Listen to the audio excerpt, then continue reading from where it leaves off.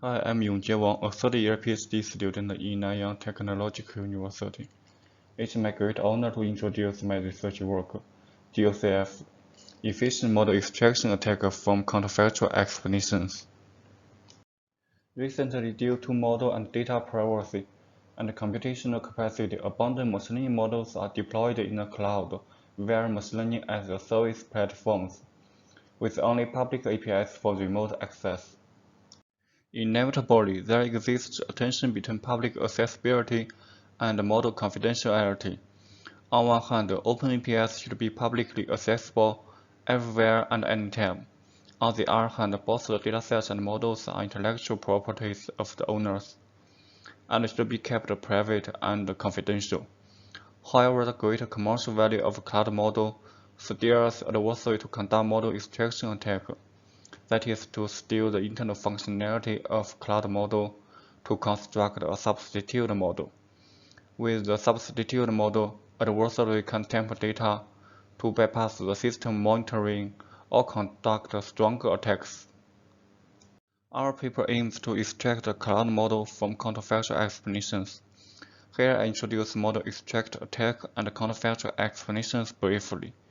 Model extraction attack aims to obtain a functionally equivalent and near equivalent machine learning model, which achieves high agreement as the cloud model with as few queries as possible. Counterfactual explanation answers what minimal changes are needed for an input instance to alter counter prediction to a particular different one. Counterfactual explanation methods can be bidirectional and capable of flipping prediction of any input. For example, counterfactual explanation from a desirable prediction to an undesirable prediction indicate the actions we should avoid. Here we use a healthcare example to illustrate how counterfactual explanation works. A health center trains a binary classification model to identify the high or low risk of a certain disease and provides counterfactual explanation to end users. If the model alerts a user to the high risk because of the low exercise and the high calorie intake, a counterfactual explanation for low risk may look like increase the exercise by twice a week and reduce the calorie intake by 500 per day. Similarly, a user is recognized as low risk. A counterfactual explanation below for high risk tells him he should avoid these activities to be in high risk. Most of existing works target to extract a high fidelity or high accuracy model from prediction information. The essential step for this method is to use active learning strategies to either generate informative synthetic points or select max coverage points.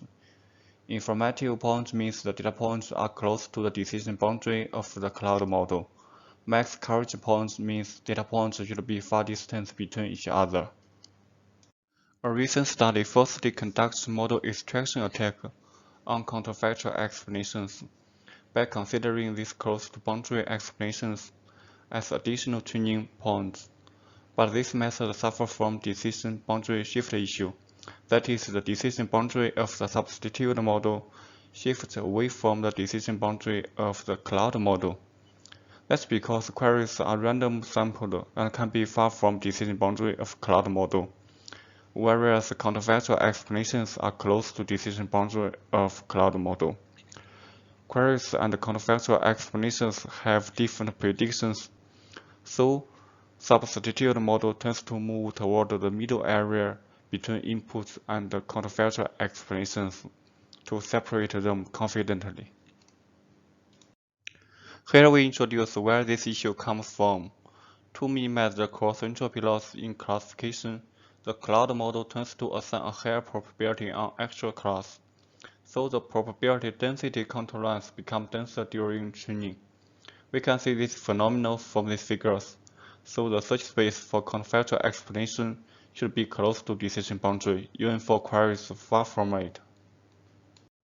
To mitigate this problem, we should find proper queries with similar distance to decision boundary of cloud model. Directly selecting these queries are difficult because we have no information of decision boundary in the beginning. Our method leverages the counterfactual explanation API to achieve this.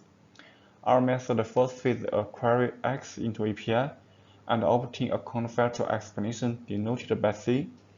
Then feeds a current counterfactual explanation C into the API again, obtain a counterfactual explanation of C denoted by C prime.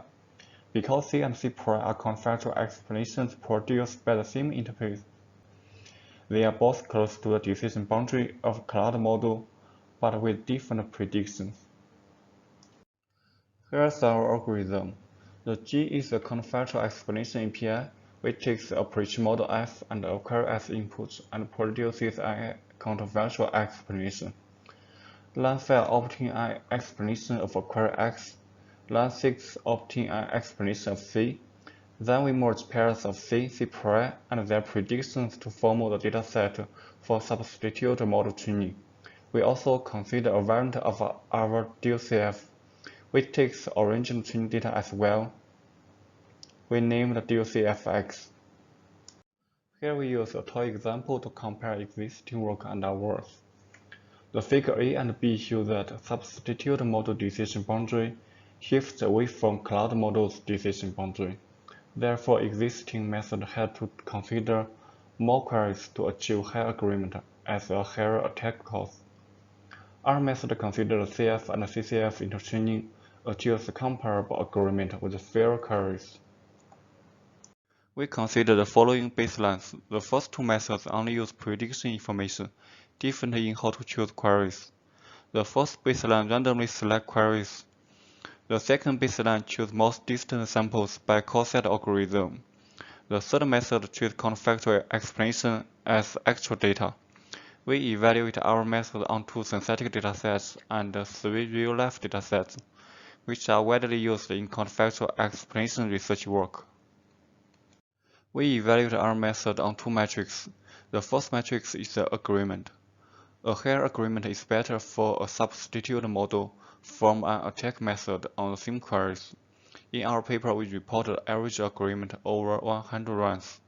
We also reported the standard deviation of 100 runs to measure the stability of an attack method.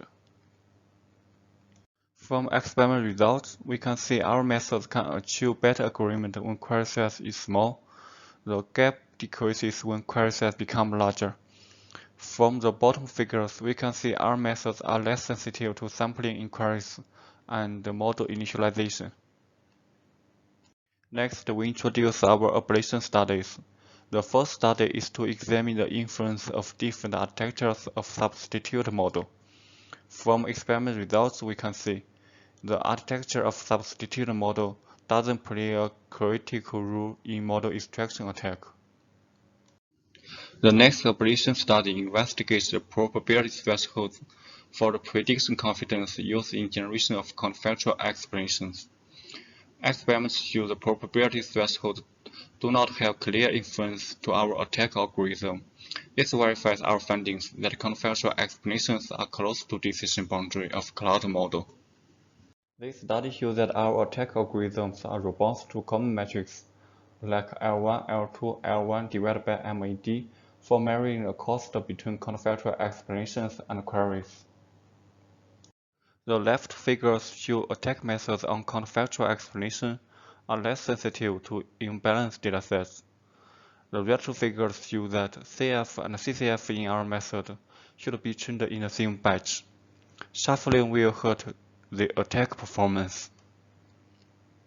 In the future, I will conduct experiments on more counterfactual explanation methods with proactive constraints. I believe some methods can escape from our attack by adding proper constraints.